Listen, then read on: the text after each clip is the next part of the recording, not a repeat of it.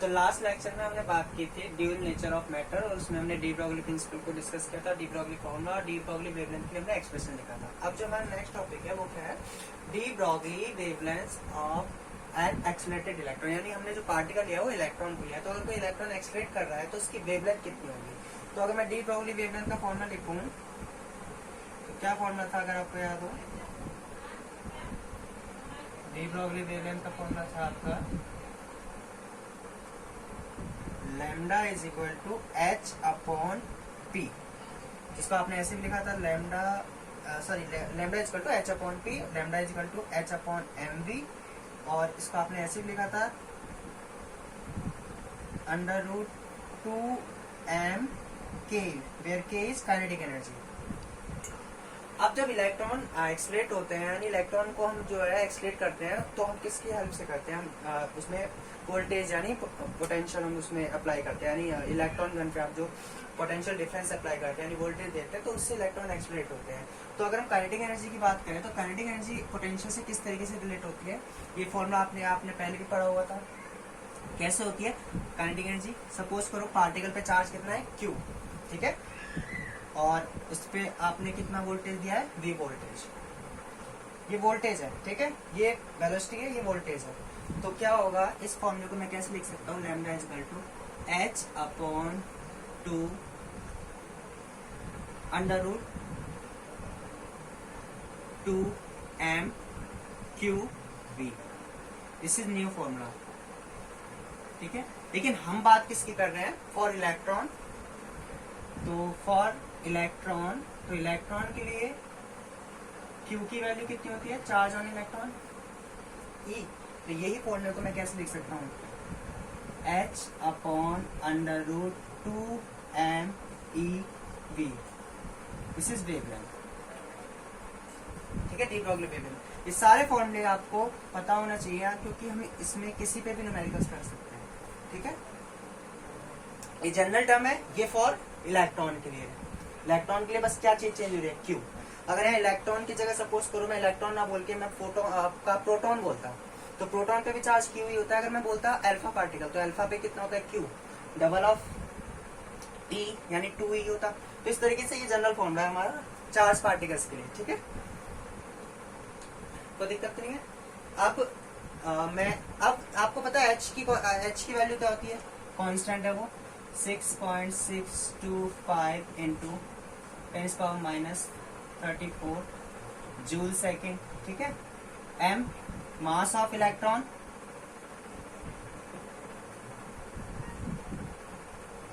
ठीक है, और E जो होता है चार्ज ऑन इलेक्ट्रॉन, कूलॉम, ठीक है। तो अब इन सारी वैल्यूज को अगर हम पुट कर देंगे तो ये जो वेवलेंथ का फॉर्मूला है इसको मैं सिंपल टर्म में कैसे लिख सकता हूँ। अब जो वेवलेंथ में लिख रहा हूँ उसका ऑर्डर कितना है 10⁻⁻10 यानी एंगस्ट्रॉम में। तो क्या फॉर्मूला हो गया 12.27, this is de Broglie's wavelength for electron. हमने कुछ नहीं किया, जो कांस्टेंट है उनकी हमने मल्टीप्लाई कर दिया, ठीक है, सॉल्व किया तो ये आ गया है। यहाँ पर जो वोल्ट है यानी पोटेंशियल है वो किस में है, वोल्ट में है, ठीक है, यानी पोटेंशियल आप जो ले रहे हैं वो किस में ले रहे हैं, इन वोल्ट, उसकी यूनिट वोल्ट होती है। लेकिन लैम्डा कितना आ रहा है, मीटर में नहीं है, एंगस्ट्रॉम में है, ठीक है। तो ये आप फॉर्मूला है, इस फॉर्मूले में आप वैल्यू पुट करके आप, मैं यहाँ लिख दे रहा हूँ इसको, ये किस में है आपका, वोल्ट में। तो यहाँ अगर मैंने सपोज करो मैंने क्या दिया आपका कि 100 वोल्ट बैटरी आपकी इलेक्ट्रॉन को एक्सलेट कर रही है, तो उस इलेक्ट्रॉन की वेवलेंथ, उस इलेक्ट्रॉन से जो वेवलेंथ बन रही है उनकी वेवलेंथ क्या होगी। तो हम इसको इस तरीके से बस यहाँ वैल्यू पुट करनी है, आपका एक्सप्रेशन हो जाएगा, ठीक है। तो ये फॉर्मूला, एक और बात ध्यान रखना, ये जो फॉर्मूला है डी ब्रॉगली का वेवलेंथ का, ये पार्टिकल है, ठीक है। अगर मैं इलेक्ट्रॉन की बात कर रहा हूँ तो यहाँ मैं मास इलेक्ट्रॉन का रख दिया, चार्ज इलेक्ट्रॉन का रख दिया। अगर मैं इलेक्ट्रॉन की जगह सपोज करो अल्फा पार्टिकल की बात कर रहा हूँ तो मैं अल्फा पार्टिकल का मास रखूंगा, अल्फा पार्टिकल का चार्ज रखूंगा, ठीक है। तो आपको ये एक्सप्रेशन है तो हम न्यूमेरिकल्स भी करेंगे, ठीक है। डी ब्रॉगली वेवलेंथ की इतने सारे एक्सप्रेशन हैं। बट याद रखना ये वाला एक्सप्रेशन केवल किसके लिए है, फॉर इलेक्ट्रॉन के लिए है ये, फॉर इलेक्ट्रॉन। ऐसा नहीं है कि अगर आप प्रोटॉन आ जाए तो आप उसमें यही फॉर्मूला पुट कर दें, नहीं। अगर अल्फा पार्टिकल आ जाएगा तो आप ये फॉर्मूला पुट कर देंगे, नहीं। ये फॉर्मूला केवल किसके लिए है आपका, केवल इलेक्ट्रॉन्स के लिए है, ठीक है। आप ट्राई करना उसका प्रोटॉन और अल्फा पार्टिकल के लिए निकालना, तो ये टर्म सब में अलग आएगी, ठीक है।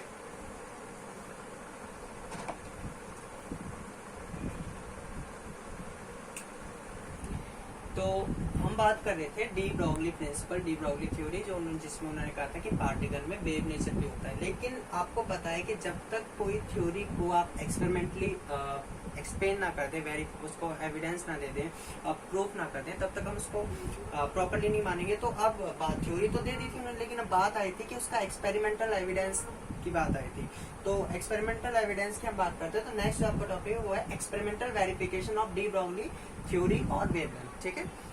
तो दो साइंटिस्ट थे, डेविसन एंड जर्मन। इन्होंने 1927 में कि पार्टिकल में वेव नेचर होता है उसको एक्सप्लेन करने के लिए, उसको प्रूव करने के लिए इन्होंने एक एक्सपेरिमेंट किया था, जिसका सेटअप हमारे पास ही लगा हुआ है, ठीक है। और उन्होंने उस सेटअप में, अपने एक्सपेरिमेंट में जो पार्टिकल लिए थे वो लिए थे इलेक्ट्रॉन्स। तो आपका ये सेटअप है, ये आपका क्या इलेक्ट्रॉन गन है, इलेक्ट्रॉन की फिलामेंट है। यहाँ पर आप जैसे ही आप फिलामेंट को हीट करेंगे, यहाँ पर इसको वोल्टेज देंगे तो फिलामेंट से क्या होगा, एनर्जी, फिलामेंट क्या होंगे, गर्म होगा तो उससे इलेक्ट्रॉन्स निकलेंगे। उन इलेक्ट्रॉन्स को एक्सपेक्ट करने के लिए पोटेंशियल हमने लगाया हुआ है, यानी ये क्या एनोड है, यानी इलेक्ट्रॉन निकल के प्लस की तरफ जाएंगे एनोड, एनोड से वो निकलेंगे तो उनकी बम्बारमेंट की जा रही है किस पे, निकल क्रिस्टल टारगेट है, ठीक है। जैसे ही वो निकल क्रिस्टल पे टकराएंगे तो अब टकराने के बाद क्या होता है, वो अलग अलग डायरेक्शन में क्या होता होगा, इस तरीके से स्कैटर्ड होंगे, यानी डिफ्रैक्शन शो करेंगे आपका। और जब डिफ्रैक्शन होगा, बैंड होंगे इस तरीके से अलग अलग डायरेक्शन में, तो उन्होंने इस तरीके से जो इलेक्ट्रॉन्स थे इनको स्टडी किया, ठीक है। और उन्होंने उसमें क्या देखा कि इलेक्ट्रॉन जो है वो जैसे वो निकल क्रिस्टल से हिट करते हैं, उस पर इंसिडेंट होते हैं, हिटिंग होती है, बम्बारमेंट होती है, तो क्या होता है, इलेक्ट्रॉन्स वेव की प्रॉपर्टी को शो करते हैं, जो प्रॉपर्टी है डिफ्रैक्शन, ठीक है। डिफ्रैक्शन यानी लाइट का बैंड हो जाना। इसको डिटेल में आप अगर मैं समझाऊं तो क्रिस्टल की बात कर लेते हैं। क्रिस्टल क्या होता है, जिसमें आपका एटम्स, पार्टिकल्स या मॉलिक्यूल्स की अरेंजमेंट पीरियोडिक होती है। तो क्रिस्टल्स के अंदर इस तरीके से आपका अरेंज होते हैं, वेल अरेंज्ड पार्टिकल्स होते हैं, ठीक है। तो ये ब्रैग्स लॉ, आपने केमिस्ट्री में पढ़ेंगे ब्रैग्स लॉ वगैरह के बारे में, और आगे जाके पढ़ेंगे, तो मैं आपको रफली आइडिया दे दूँ। तो हर एक लेयर के बीच में एक डिस्टेंस होता है डी, जिसको कहते हैं इंटरप्लेनर स्पेसिंग। एक प्लेन है, यानी जैसे आपने देखा होगा ना, आप किसी भी उसमें जाते हैं, फंक्शन में जाते हैं, तो चेयर अरेंज होती हैं, पहली रो हो गया, फिर सेकंड रो या फिर थर्ड रो, हर एक के बीच में स्पेसिंग होती है, उसको हम कहते हैं इंटरप्लेनर स्पेसिंग। तो जैसी लाइट इस पे इलेक्ट्रॉन बीम, यहाँ से क्या निकल रही है आपकी, इलेक्ट्रॉन गन से क्या निकल रही है, इलेक्ट्रॉन्स की बीम निकल रही है, ठीक है। जैसे वो बीम आपका इंसिडेंट होती है इस तरीके से, इस पे हिट करती है, तो हिट करने के बाद क्या हो करती है, वो बैंड होती है, ठीक है, इस तरीके से, जैसे डिफ्रैक्शन में होता है, ठीक है। तो उन्होंने क्या देखा कि इलेक्ट्रॉन बीम जैसे आपका निकल क्रिस्टल पे हिट करती है तो उसमें डिफ्रैक्शन होता है, यानी इलेक्ट्रॉन बीम जो है, यानी इलेक्ट्रॉन जो है वो कौन से लाइट की कौन से नेचर को शो करते हैं, डिफ्रैक्शन को शो कर रहे हैं। डिफ्रैक्शन जो कि किसकी प्रॉपर्टी है, वेव की प्रॉपर्टी है। और उन्होंने क्या देखा, उन्होंने देखा कि जो डिफ्रैक्शन होता है, तो उन्होंने जो इलेक्ट्रॉन स्कैटर्ड हो रहे थे अलग अलग डायरेक्शन में, तो उन्होंने एक अपना एक डाटा बनाया था, जिसमें उन्होंने अलग अलग इलेक्ट्रॉन्स, यानी इलेक्ट्रॉन्स की जो अलग अलग वेलोसिटी, यानी उसको अलग अलग वोल्टेज देके एक्सप्रेस किया था, ठीक है। जितना ज्यादा आप वोल्टेज देंगे उतनी तेजी से वो क्या हो, उसकी तरफ आके हिट करेंगे। तो उन्होंने अलग अलग वोल्टेज पे इलेक्ट्रॉन्स के जो वो जब टकरा के आ रहे थे, तो टकरा के एक चैम्बर लगा हुआ है जो इलेक्ट्रॉन्स को कलेक्ट करता है, जो कि किससे कनेक्टेड है, आपका गैल्वेनोमीटर। और इस पूरे अरेंजमेंट को हम कहते हैं इलेक्ट्रोमीटर, जो आपके यहाँ से जो बीम आ रही है उसकी एनर्जी इंटेंसिटी को in terms of current measure करता है, ठीक है। इसको हम वोल्टमीटर या इलेक्ट्रोमीटर कहते हैं, यानी ये जो बीम आ रही है इसकी आपकी इंटेंसिटी को इन टर्म्स ऑफ करंट दे रहा है। तो उन्होंने अलग अलग वोल्टेज की अलग अलग वैल्यू, और ये आपका एक स्केल है, यानी आप जो कलेक्ट कर रहे हो अलग अलग एंगल्स पे कर रहे हो, ठीक है, अलग अलग एंगल्स पे। तो उन्होंने एक डेटा कलेक्ट किया अलग अलग एंगल्स पे और अलग अलग वोल्टेज पे। उन्होंने क्या देखा कि जो सबसे ज्यादा इंटेंसिटी आई थी, जो इलेक्ट्रॉन्स की इंटेंसिटी आ रही है ना इस चैम्बर में आप कलेक्ट कर रहे हैं, सबसे ज्यादा जो आपको इंटेंसिटी मिली थी वो मिली थी किस पे, वोल्टेज की वैल्यू 54 वोल्ट, और जो एंगल है थीटा 50 डिग्री पे सबसे ज्यादा इंटेंसिटी मिली थी। किसकी, ये जो बीम आ रही है इलेक्ट्रॉन की आफ्टर यहाँ से स्कैटर्ड होकर इस तरफ जो आ रही है, तो उसकी जो इंटेंसिटी है वो सबसे ज्यादा किस पे मिली थी, वोल्टेज की 54 वोल्ट पे एंड थीटा 50 डिग्री, ठीक है। तो अब उन्होंने क्या किया, उन्होंने अब जो ब्रैग्स लॉ फॉर डिफ्रैक्शन होता है, डिफ्रैक्शन का फॉर्मूला, डिफ्रैक्शन टॉपिक हम पढ़ेंगे जब हम वेव नेचर पढ़ेंगे लाइट का, उसमें मैं आपको बताऊंगा तब आपको क्लियर हो जाएगा। अभी आप लिख लीजिए, फॉर्मूला होता है N lambda is equal to 2d sine theta. ये कहां से आया, डिफ्रैक्शन फॉर्मूले से, ठीक है।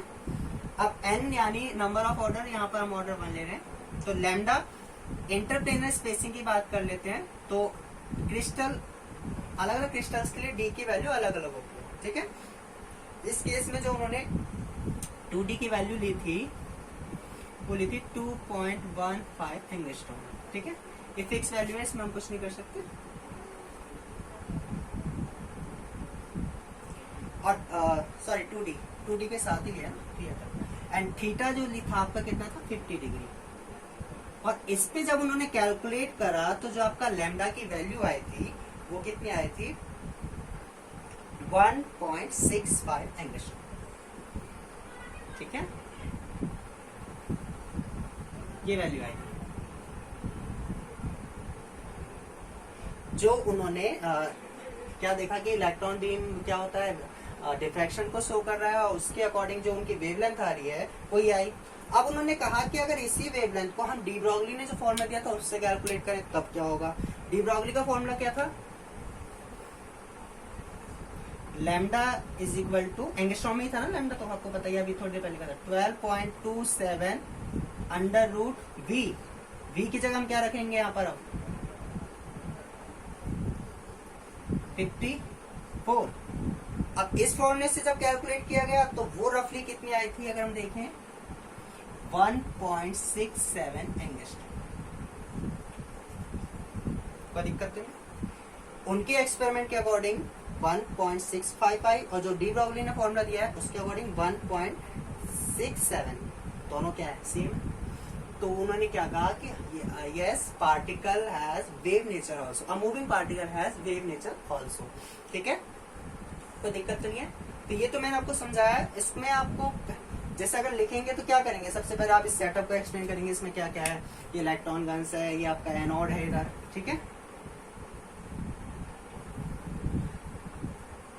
ये आपका निकल क्रिस्टल है, ये आपका स्केल है, ये चैम्बर है, ये आपका इलेक्ट्रोमीटर है, फिलामेंट है, जिससे आपका जब हीट होगा तो इलेक्ट्रॉन्स भी निकलेंगी, ठीक है।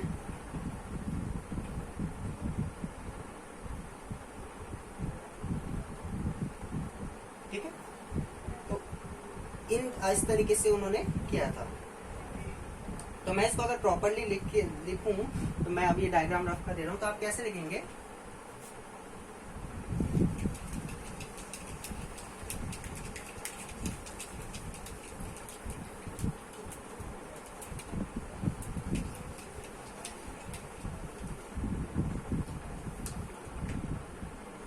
सबसे पहले ये जो एक्सपेरिमेंट था किस पे बेस्ड था, this experiment is based on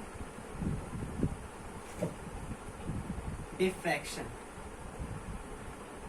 यानी किस लाइट की वेव की कौन सी प्रॉपर्टी पे बेस्ड था, वो आपका डिफ्रैक्शन प्रॉपर्टी पे, डिफ्रैक्शन पे बेस्ड था, ठीक है। तो दिक्कत तो नहीं। अब मैं एक्सप्लेनेशन की बात कर रहा हूं, तो सबसे पहले हम बात कर रहे हैं एक्सपेरिमेंटली।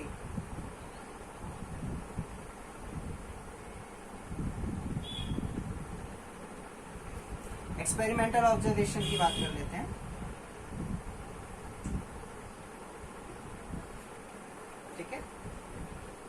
डिफ्रैक्शन फॉर्मूला क्या होता है?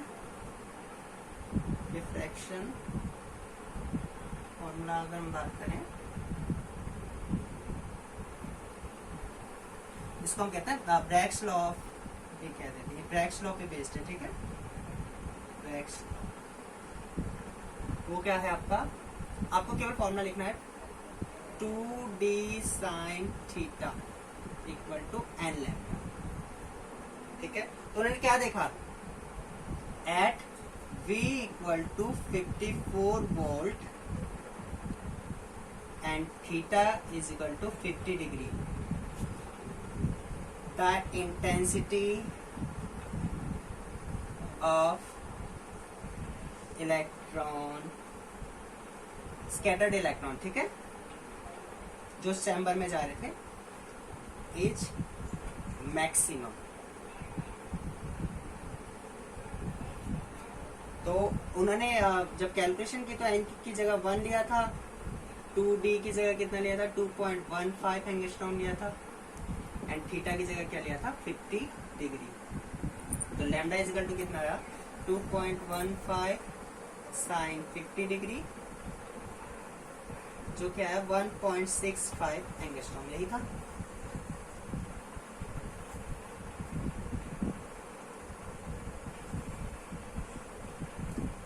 एक्सपेरिमेंटल ऑब्जर्वेशन, अब according to de Broglie principle, ठीक है, डी ब्रॉगली थ्योरी या प्रिंसिपल,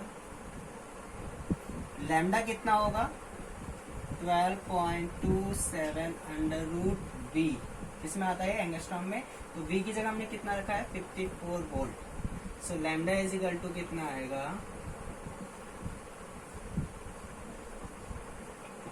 1.67 एंगस्ट्रॉम, ठीक है, and both values are same. तो आप क्या लिखेंगे, because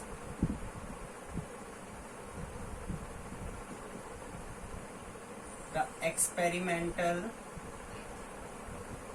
and theoretical values are same, hence a moving electron have wave nature। यहाँ पर वेव नेचर हमें कौन सा फिनोमेना दिखा रहा है, वो डिफ्रैक्शन, ठीक है, मैं लिख दे रहा हूँ ब्रैकेट में, ऑल्सो। तो ये इस तरीके से आप एक्सप्लेन कर सकते हैं, तो दिक्कत तो नहीं है आपको। यहाँ पे जो सबसे आपको ये जो लर्न करना है, वो एक तो ये फॉर्मूला लर्न करना है, क्योंकि ये अभी आपने ड्राइव तो किया नहीं है, पढ़ा तो है नहीं, तो इसको लर्न कर लेना। v इतना याद रखना, v कितना 54 वोल्ट, थीटा कितना 50 डिग्री। ये कैलकुलेशन ज्यादा कोई दिक्कत है नहीं इसमें, ठीक है। तो उन्होंने एक्सपेरिमेंटल में क्या देखा कि मूविंग इलेक्ट्रॉन्स, जो एक्सपेरिमेंटल था वो किस पे बेस्ड था, डिफ्रैक्शन पे, डिफ्रैक्शन ऑफ इलेक्ट्रॉन बीम। तो इलेक्ट्रॉन बीम का डिफ्रैक्शन हो रहा है, यानी वो आपका कौन से नेचर को, डिफ्रैक्शन यानी वेव नेचर है। तो वेव नेचर के अकॉर्डिंग उन्होंने वेवलेंथ कैलकुलेट की गया है, और ब्रैग्स लॉ में जो वोल्टेज की वैल्यू रख के उन्होंने पुट किया, तो सेम ये वैल्यू आई, दोनों क्या है, सेम है, ठीक है। तो उन्होंने क्या कहा कि yes, electron, a moving electron has wave nature also, ठीक है, ठीक है।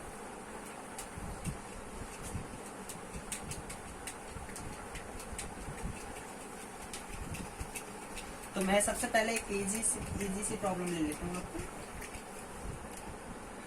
प्रॉब्लम क्या है,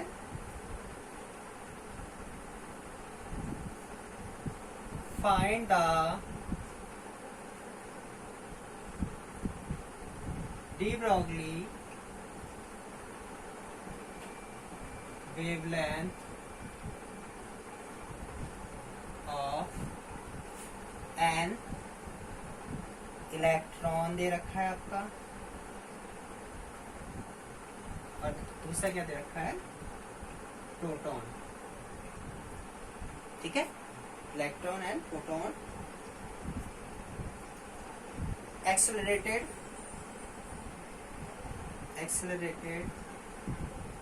with a potential difference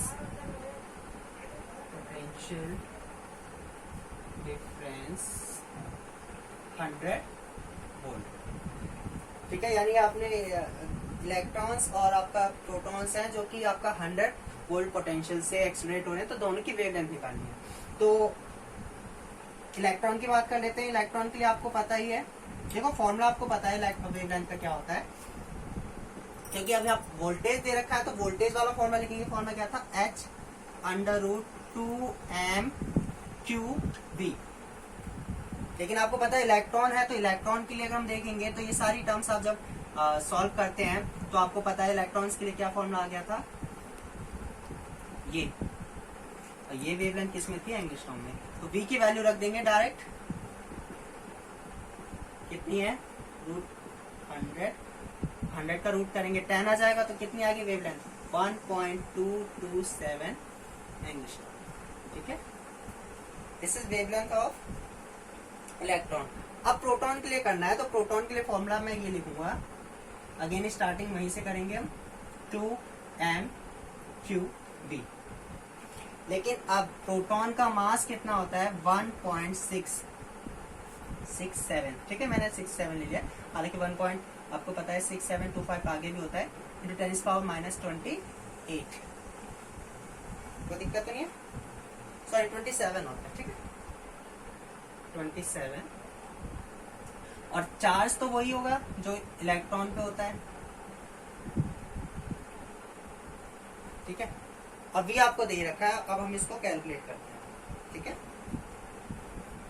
ये 1.66 तो लैम्डा क्या होगा आपका, 6.6 इंटू, रफली कैलकुलेशन करनी है। ठीक है,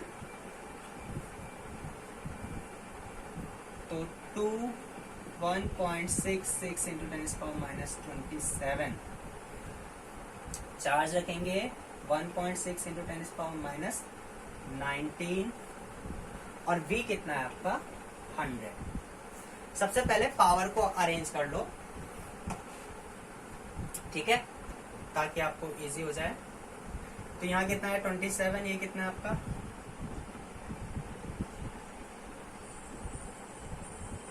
कितनी होगी, 2 पावर चाहे तो कम कर दो, 2 पावर यहाँ कम हो गई तो यहाँ 17 हो गई, 17 27। ठीक है, और ये आ जाएगा 17 और 27, कितना हो गया आपका, 44 है ना। 44 को जब बाहर निकाल